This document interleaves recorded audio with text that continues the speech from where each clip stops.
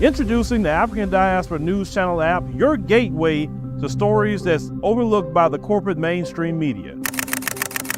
And we serve as the voice to the global Black community. Here we got Dr. Candace Matthews. A lot of these documents, looking at.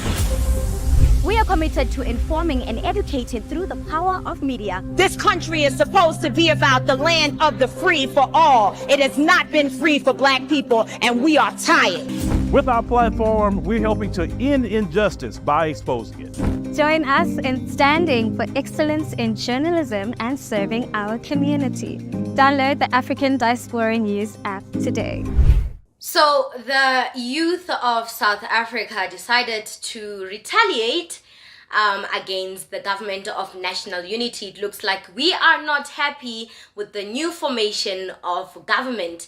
So on the 16th of June, on Youth Day, the youth of South Africa decided to celebrate in a very unusual way by burning ANC t-shirts, something I never thought I would see.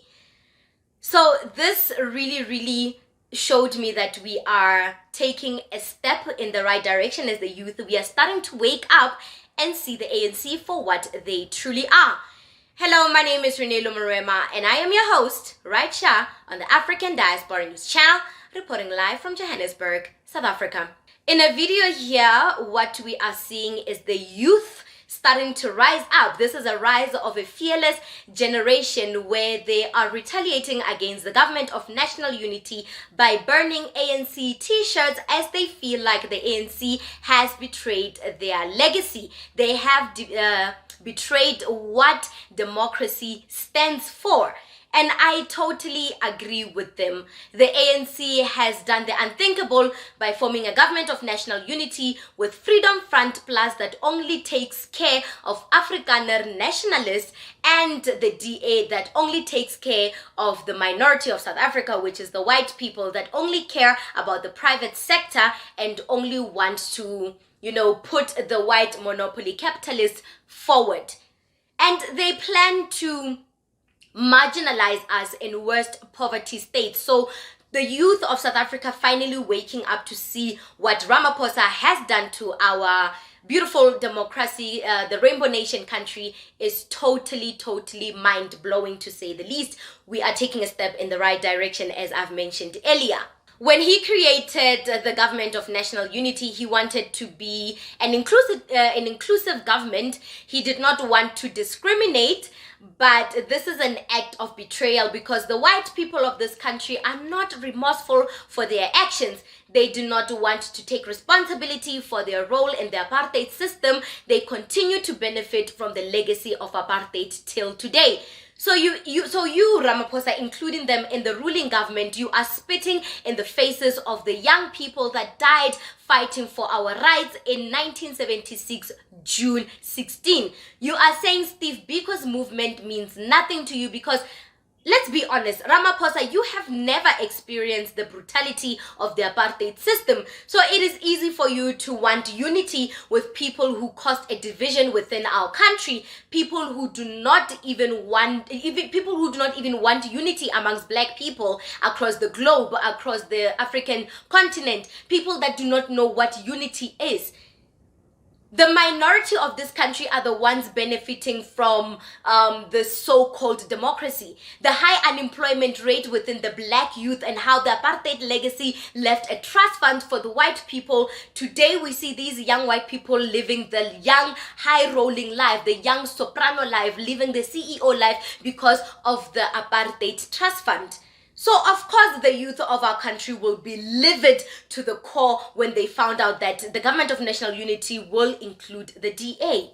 So for these young people to burn the ANC t-shirts comes as no surprise to me. It comes as no surprise. We are feeling betrayed. We never saw this coming. We never saw that the ANC would cowardly run under the covers of the DA.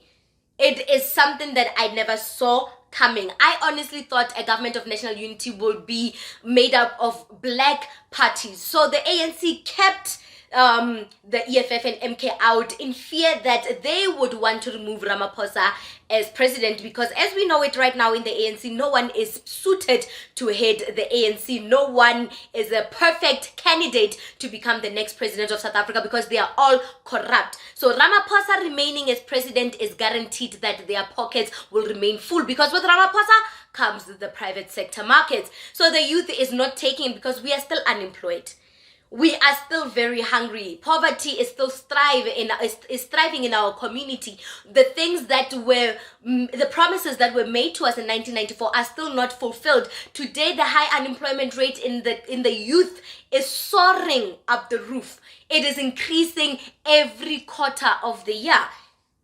And what do you want to say to the majority of the black people? Oh, let us push the DA in your faces. Let us push these white people back in your faces so you can feel the brunt of unemployment even worse. Because we all know that the DA hates black people. It hates the black economic empowerment. It hates redress.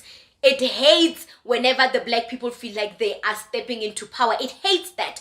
So you, Ramaphosa, bringing them into the ruling coalition speaks volumes about who you are as a person.